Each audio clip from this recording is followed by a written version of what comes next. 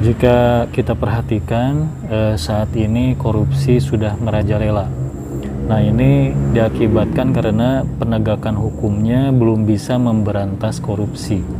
Kemudian masyarakat ikut bergerak untuk memberantas korupsi, diwakili oleh segelintir orang dari anggota masyarakat yang kita sebut aktivis. Nah, namun kehadiran aktivis ini pun belum bisa maksimal untuk memberantas korupsi. Kenapa demikian? Karena banyak di antara para aktivis ketika mereka menangani kasus korupsi, mereka malah ikut terjangkit wabah korupsi, ikut tertular wabah korupsi.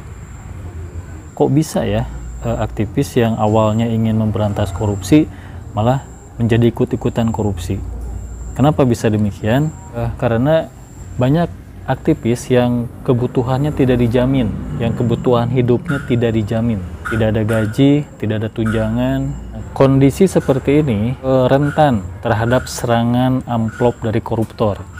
Jadi ketika si aktivis itu diberi amplop, sudah tidak bisa menolak karena memang butuh. Nah, yang bahayanya adalah ketika sudah merasakan nikmatnya amplop dari koruptor, maka kedepannya itu akan menjadikan amplop sebagai target utama.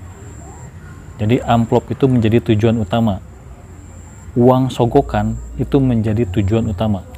Jadi bukan lagi memperjuangkan kepentingan masyarakat secara ideal. Jadi idealismenya sudah mulai hilang.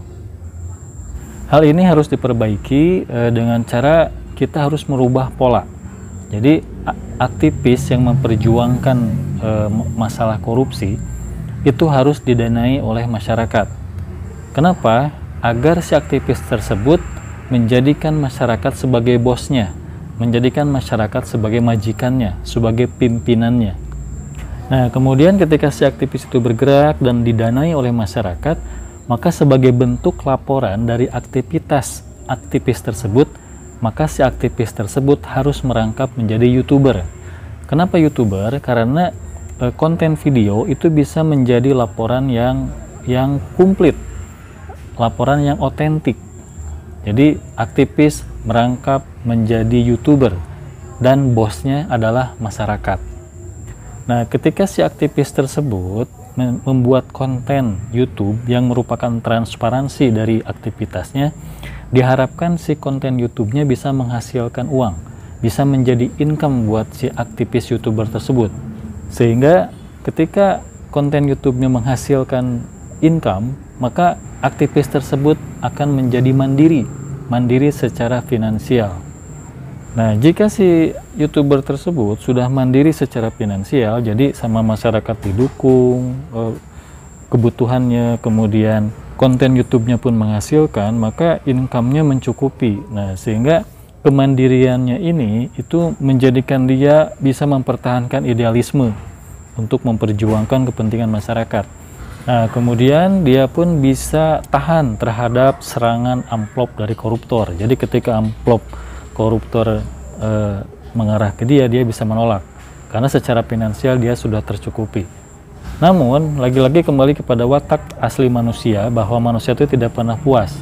Nah, maka si YouTuber aktivis tersebut harus diawasi, ya kan? Bisa saja dia sudah punya income besar dari YouTube, dari dukungan masyarakat, tapi tetap aja yang namanya manusia tidak puas, amplop pun diterima. Nah, untuk menjaga itu, maka aktivis YouTuber tersebut harus diawasi.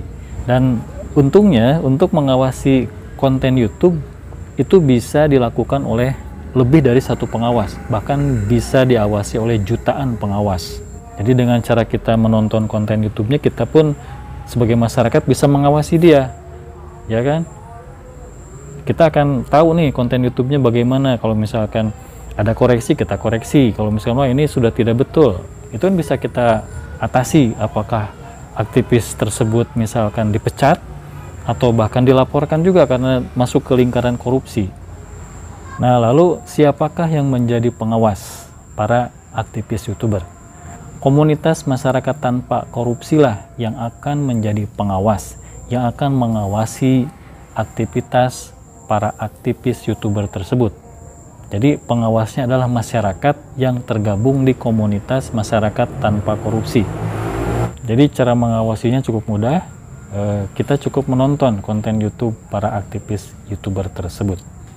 Nah, jika konsepnya demikian, yang jadi pertanyaan adalah, pertama, mau tidak masyarakat mendanai para aktivis yang merangkap menjadi YouTuber tersebut?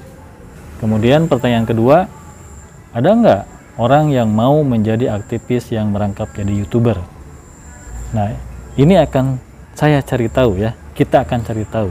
Jadi, simak terus video-video saya Abah Caca, sampai jumpa di video berikutnya.